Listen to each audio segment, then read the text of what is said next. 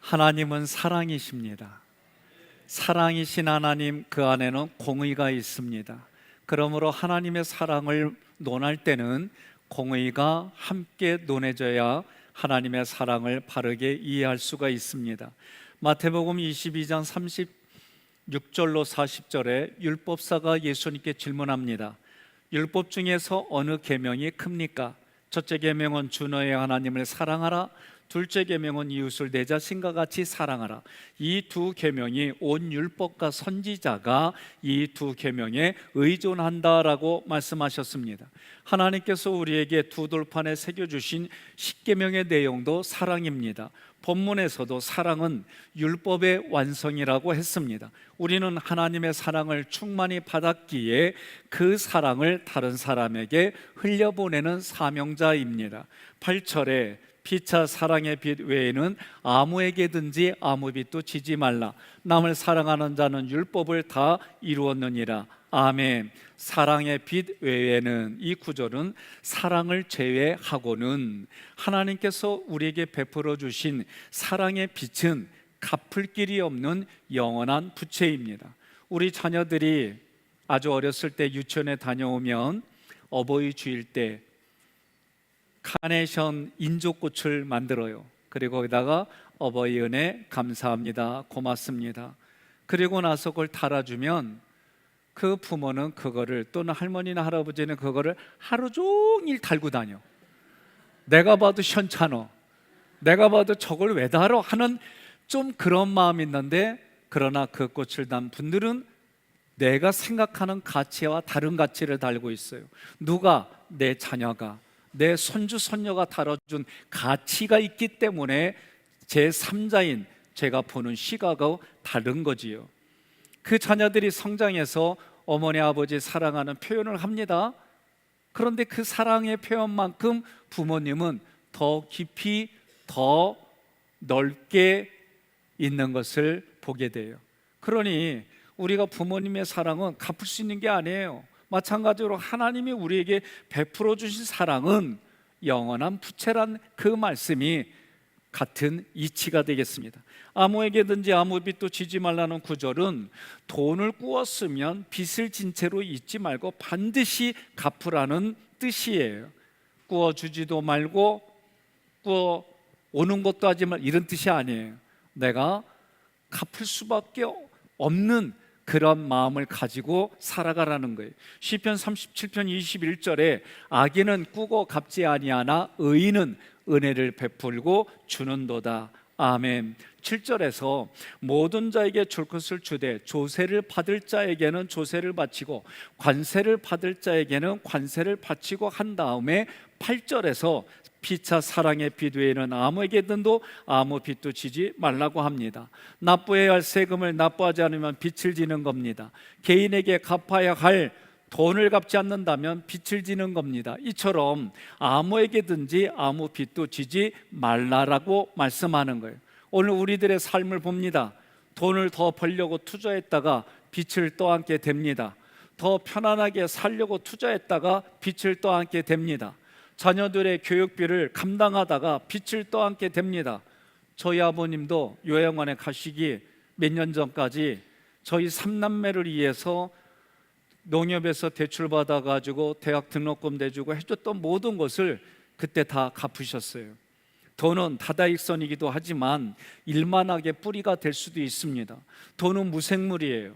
그런데도 불구하고 우리 마음 중심에 하나님이 계셔야 할 자리에 이 돈이 주인이다 하고 행세할 때가 얼마나 많은지 모릅니다.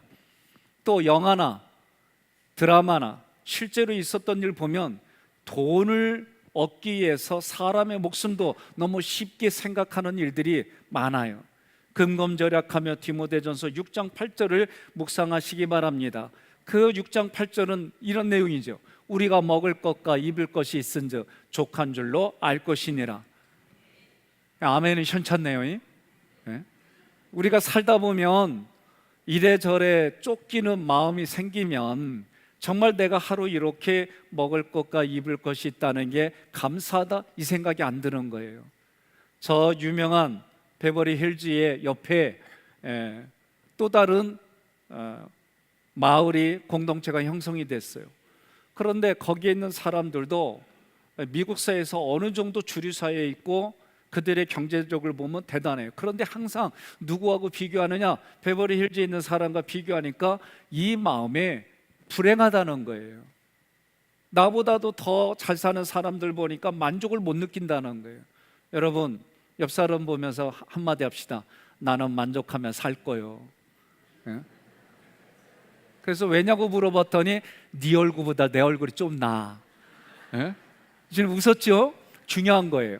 사람이 얼굴이 조각미남을 원하는 게 아니에요. 우리 얼굴을 그 어휘를 찾아보면 얼꼴에서 나왔어요. 얼꼴은 뭐냐? 내 영혼이에요. 내 마음의 영혼이 얼굴로 나타나는 거예요. 그러니까 얼굴이 조각미남이 아니라 여러분 얼굴에 가장 중요한 게 무엇인지 대답 좀 해봐요. 여러분의 얼굴에서 가장 중요한 게 뭐예요? 좀 5cm 높아지면 좋아요? 예? 팔자 주름이 사라지면 좋아요? 아니요. 밝은 얼굴이에요. 밝은 얼굴, 맑은 얼굴을 보면 사람들의 마음이 무장해제 돼요.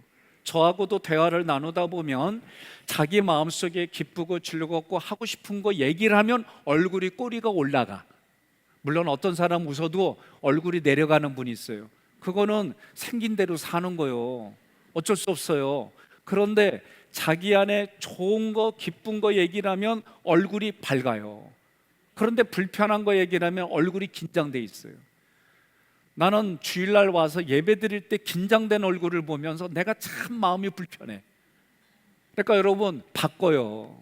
예배 드릴 때 나한테 바꾸지 말고 옆 사람한테 얼굴 바꿔요.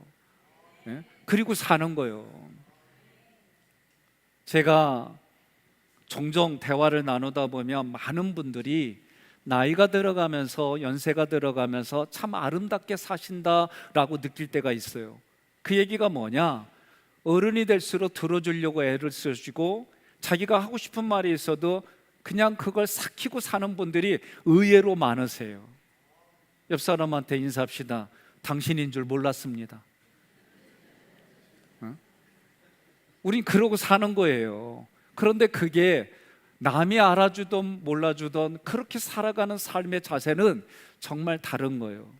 에베소 4장 28절에 도둑질하는 자는 다시 도둑질하지 말고 돌이켜 가난한 자에게 구제할 수 있도록 자기 손으로 수고하여 선한 일을 하라 그러셨어요.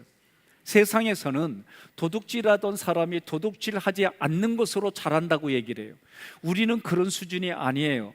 도둑질하던 사람이 도둑질하지 않을 뿐만 아니라 가난한 자를 구제하려고 내가 지금도 땀을 흘려가며 선한 일을 위해서 일을 한다는 거예요. 이 정도로 우리의 윤리 수준은 다릅니다.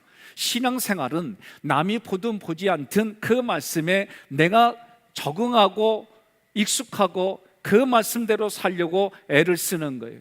저는 제 자신에게 질문해 봤습니다. 젊었을 때는 신념에 의해서 아주 쉽게 얘기를 했어요. 수십 년 전의 일이죠. 교회에서 예배를 드리는 곳에 어느 한 사람이 들어와서 총을 난사했어요. 많은 사람이 죽었어요. 이런 일들이 미국에서는 종종 일어납니다. 그런데도 불구하고 총기를 만드는 그 사람들의 정치력이 너무나도 세가지고 이 총기를 어떻게 해결하지 못하는 거예요. 제가 작년에 어느 주를 갔더니요, 권총을 옆에 차고 다녀요. 제가 놀래가지고 물어봤더니 여기서는 합법이래요. 그래서 권총을 차는데 그냥 밖으로 권총 차고 다녀요. 와, 나도 차고 싶은 마음이 생기는 거예요. 근데 나는 살 수 있는 자격이 없어요. 또 어떤 주는 총기를 그렇게 하면 안 돼요. 주별로 다른 걸 보게 돼요. 어찌됐든 많은 사람들이 살아가는 삶의 자리에 보면 다양한 생각들을 모아서 법으로 만들고 자기들 편하자고 그 법들을 만드는 걸 보게 됩니다. 열심히 일해서 일한 만큼 돈을 벌어서 도와주며 살아가시기를 주님의 이름으로 권면하며 축복합니다. 국가와 사회와 이웃의 생산적인 성도가 되시기를 주님의 이름으로 권면합니다.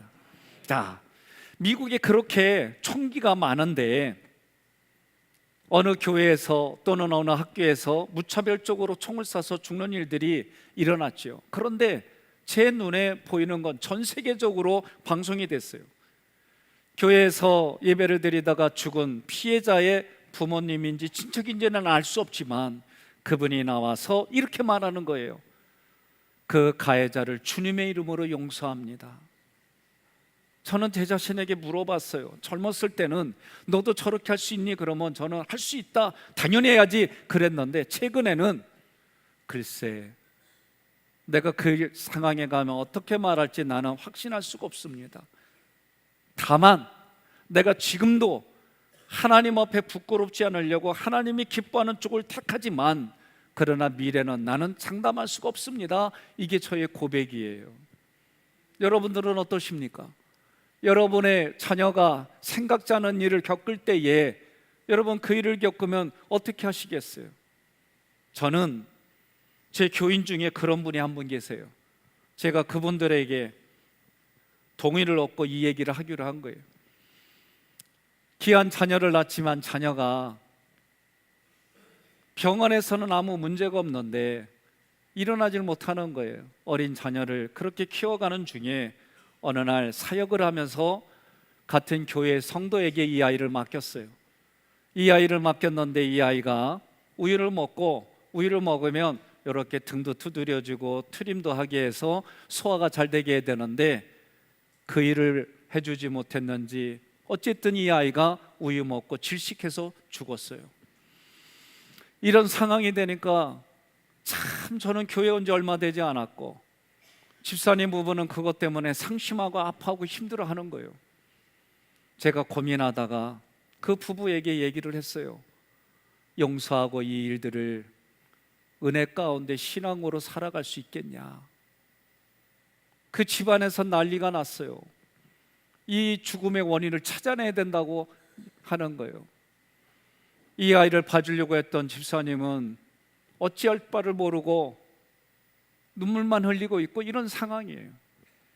제가 그렇게 권면할 때에 그 부부가 눈물을 삼켜가며 목사님 말씀대로 그렇게 하겠습니다, 그런 거예요.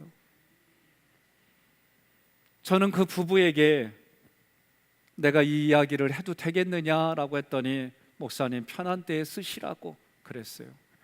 그분들이 신의성 권사, 문혜경 권사예요. 이부 때에 반조하고 지휘하고 그 부부가 얼마나 열심히 신앙적으로 살려고 하는지 몰라요. 그 후부터는 교회의 청소년들이 내 자식입니다 하고 자녀들 삼아서 교육을 하고 그들을 키워가는 현장에서 있습니다. 여러분, 몇 년 전에 저는 중부연에 소속되어 있는 아프리카 선교사들을 위해서 대회하러 남아공에 간 적이 있어요. 우리 김영준 권사님이 개인 택시를 하며 그 앞에 100원 또는 1000원 이렇게 모은 것을 저에게 주셨어요. 목사님, 의미 있게 써주십시오. 그래서 제가 그 돈을 가지고 많은 선교사들이 왔음에도 불구하고 아내랑 정말 살펴보는 거예요. 그들이 말하는 거 와서 같이 얘기 나누며 어떤 목회를 하는지, 보이지 않는 곳에는 어떤 얘기를 하는지 조심히 한 가정 한 가정 살피며 그래도 이 가정에게 이 돈이 유용하겠다 하고 드렸어요. 지지난주에 보스턴에서 이민 목회하시는 분들의 모임 속에 어린아이로부터 분가한 자녀들까지 모인 그곳에 우리 교회 시스템을 소개하고 말씀을 나누고 왔어요. 그런데 제 가슴에 와닿는 게 뭐냐? 이제 그 아이들이 그 이민사회에서 성장하고 직업을 구하고 자기 삶을 누리는 그 아이들이 다시 이 모임에 도네이션을 하는 거예요. 오늘 지금 8월 중에는 4주 동안 우리 청년들이 장학금을 받아가며 200시간 성경을 공부합니다. 1시간 빠지면 10,000원 제하고 다 모이면 200만 원 장학금을 줘요. 저는 우리 학생들한테 얘기하는 거예요. 너희들이 지금은 장학금을 받아가지만 너네들이 직장을 구하고 너네들이 살아가게 되면 여유가 되지 않더라도 조금씩 너희들의 후배들을 위해서 장학금 명목으로 하나님께 헌금을 하라고 저는 얘기를 하는 거예요. 그런 부분들이 제가 아는 그곳에서 이루어졌길래 저도 교회에서 주신 것하고 해가지고 장학금 명목으로 그들에게 도네이션하고 왔습니다. 다 성장한 자녀들, 여러분 우리 자녀들에게 무엇을 물려주기를 소망하십니까? 저는 믿음을 물려주기를 소망합니다. 여러분이 자기 자녀들에게, 우리 자녀들에게 믿음을 선물로 나눠주고 그 믿음을 통해 하나님의 모든 신령한 충만한 것들이 사랑 가운데 나를 통해, 우리를 통해 흘러가는 현장, 그 현장들이 저는 우리 교회이기를 소망합니다. 남을 사랑하는 자는 율법을 다 이루었느니라. 이 구절은 베드로전서 4장 8절을 기억해야 됩니다.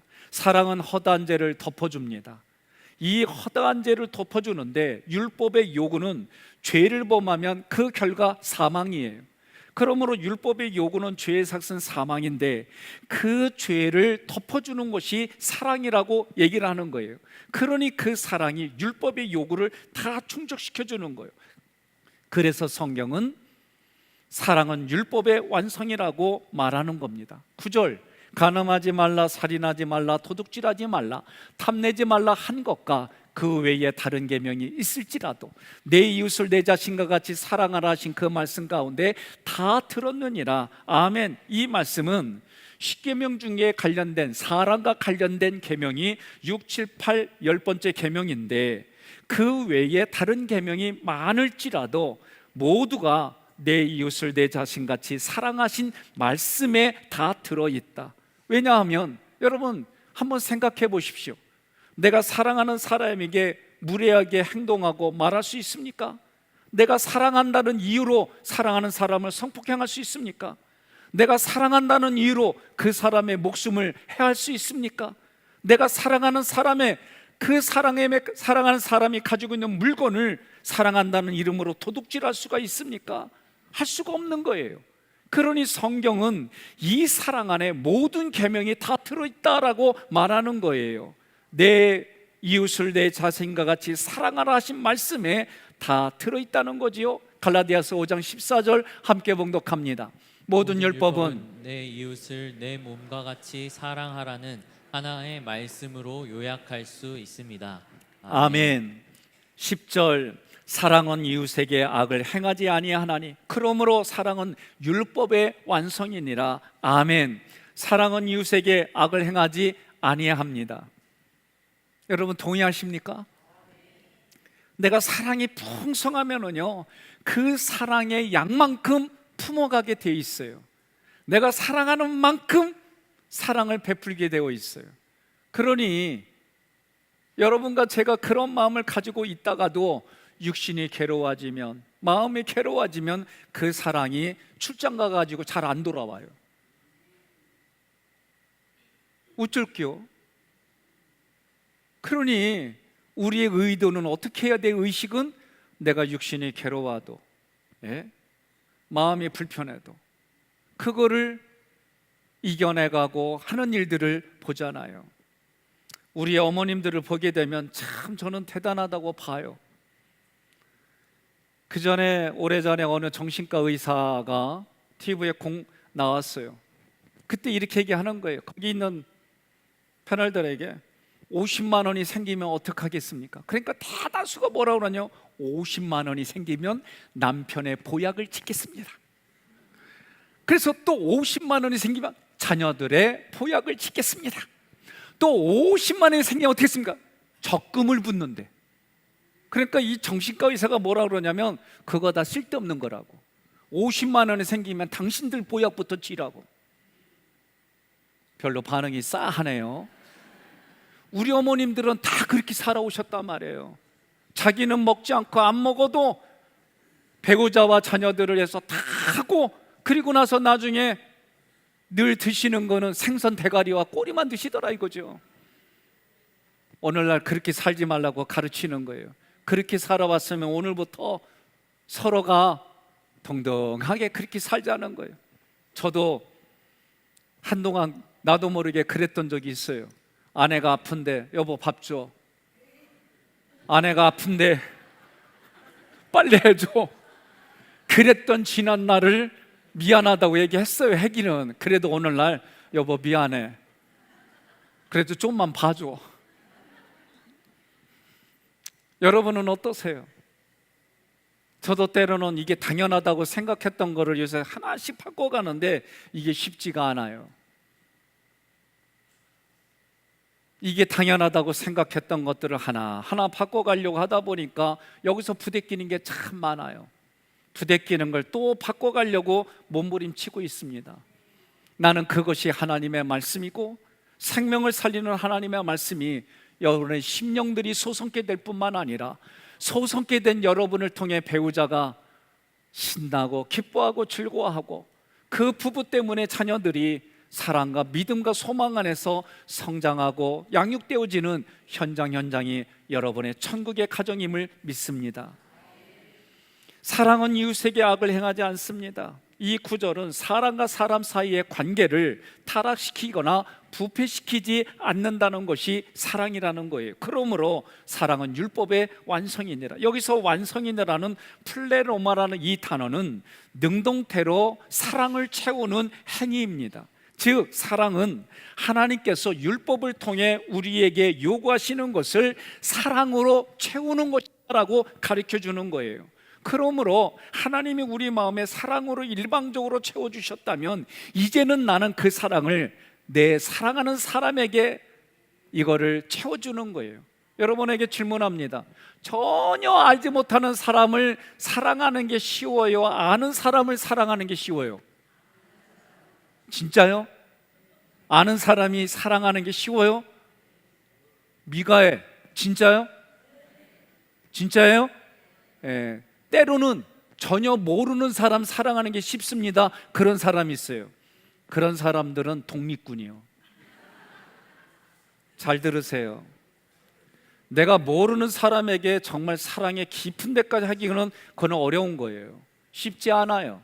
그런데 내가 익숙한 사람에게 사랑하는 건 쉬운 거예요. 그래서 성경은 에베소서, 골로새서, 갈라디아서, 로마서를 통해 우리에게 가르쳐 주는 거예요. 내 배우자, 지금의 내 배우자에게 여러분 잘하십시오. 예? 내가 지금의 배우자가 1순위예요. 내 지금의 자녀들에게 2순위요.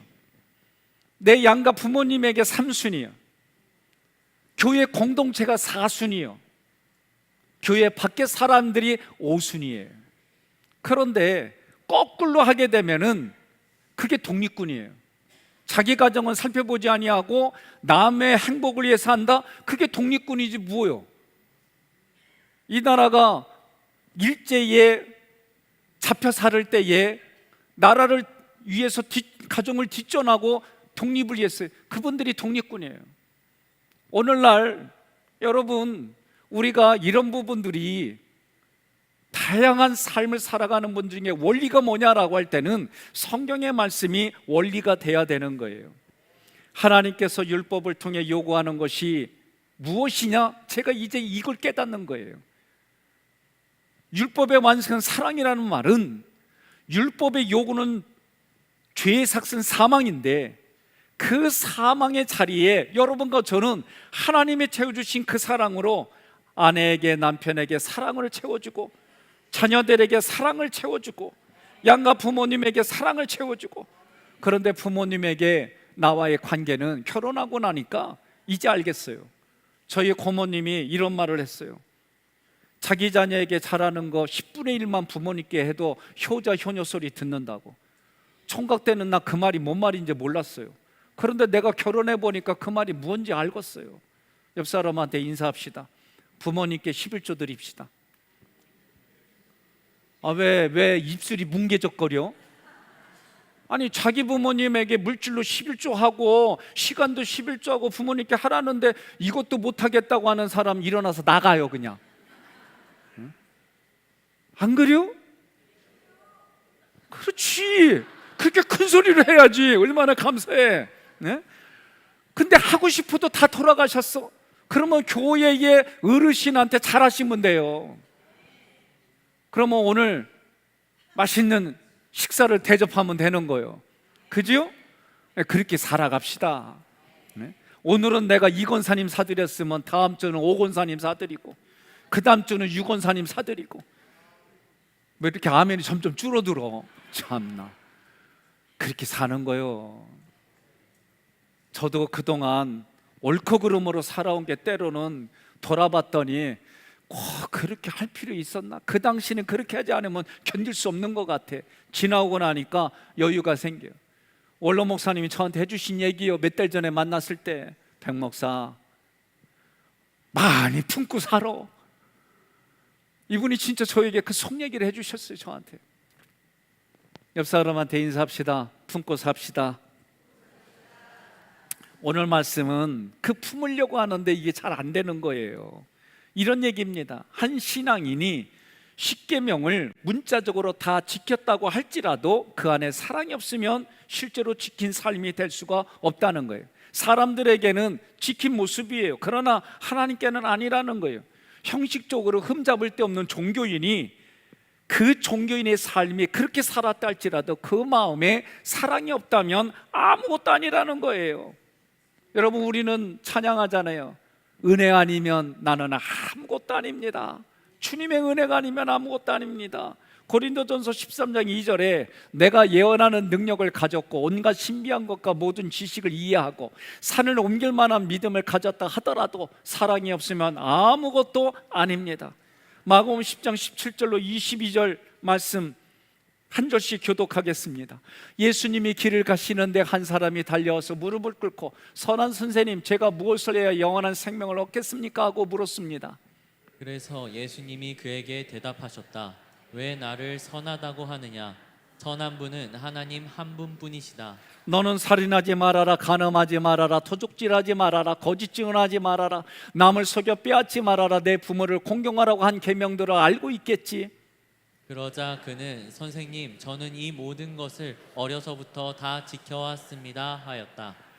그때 예수님이 사랑하는 마음으로 그를 바라보시며 말씀하셨습니다. 내게 한 가지 부족한 것이 있다. 가서 내 전 재산을 다 팔아 가난한 사람들에게 나눠주어라. 그러면 내가 하늘에서 보물을 얻을 것이다. 그리고 와서 나를 따르라. 그러나 그는 재산이 많음으로 이 말씀을 듣고 근심하며 가버렸다. 아멘. 선한 것을 살아왔다고 자부하고 선한 것을 추구하는 청년이 예수님께 와서 물은 거예요. 그때 예수님의 하신 말씀에 이 사람은 근심하며 갔습니다. 무엇 때문에 그랬을까요? 부자 청년에게 부족한 것이 하나 있습니다. 그것은 사랑으로 남을 배려하는 삶이었습니다. 사랑으로 율법의 요구를 채우는 삶이 부족했다는 말씀입니다. 사랑하는 성도 여러분, 예수님은 우리 죄를 위해 이 땅에 오셔서 십자가에서 화목제물로 자신을 희생하셨습니다. 그 희생으로 우리는 죄의 용서를 받았습니다. 이것이 하나님께서 우리에게 베풀어 주신 하나님의 사랑입니다. 그 사랑을 받은 우리들은 또 다른 누군가에게 그리스도의 사랑을 흘려보내는데, 다른 말로 말하면 내가 의도적으로 그 사람 마음 안에 하나님이 주신 사랑을 하나하나 채워가는 거예요. 그 사랑은 모든 허다한 죄를 덮어줍니다.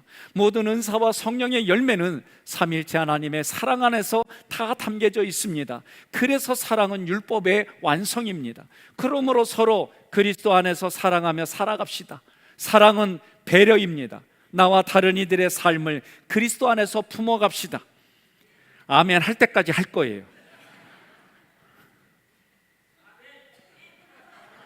할렐루야. 다시 해야지. 서로 사랑 안에서 사랑하며 살아갑시다. 사랑은 배려입니다. 나와 다른 이들의 삶을 그리스도 안에서 품어갑시다. 큰 마음으로 타인을 품어갈 수 있도록 성령의 충만함과 왕 같은 제사장으로 살아가시기를 주님의 이름으로 권면하며 축복합니다. 오늘 말씀을 PPT로 준비해봤습니다. 사랑의 빛 외에는 아무 빛도 지지 말라. 본문은 성도들이 세상에서 빛을 지지 않고 이웃사랑을 실천하여 율법을 완성해야 함을 알려줍니다. 8절에 세상에서 빛을 피하고 오직 사랑의 빚진 자로 살겠습니다. 1. 정직하게 땀 흘려 일하고 절약하며 금전과 의무의 빚을 남기지 않고 정직하게 살겠습니다. 2. 하나님께 받은 십자가 사랑의 크나큰 은혜를 기억하며 평생 이웃에게 사랑을 나누는 삶을 살겠습니다. 3.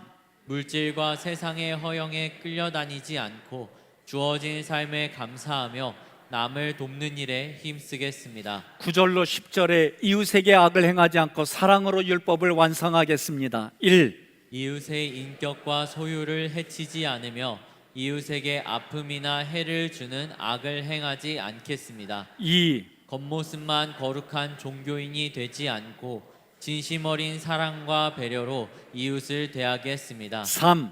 성령님의 도우심으로 나와 다른 타인의 허물을 덮으며 넉넉한 마음으로 이웃을 품어가겠습니다. 아멘. 네. 오늘 이러한 말씀의 내용들을 하나님께서 내 마음의 생각에 기록한 줄로 믿고 여러분과 제가 믿음으로 함께 고백하겠습니다. 정직하고 성실한 삶으로 세상의 빛을 멀리하고 십자가 사랑으로 이웃을 섬겨 율법을 완성하는 성도가 되겠습니다. 아멘.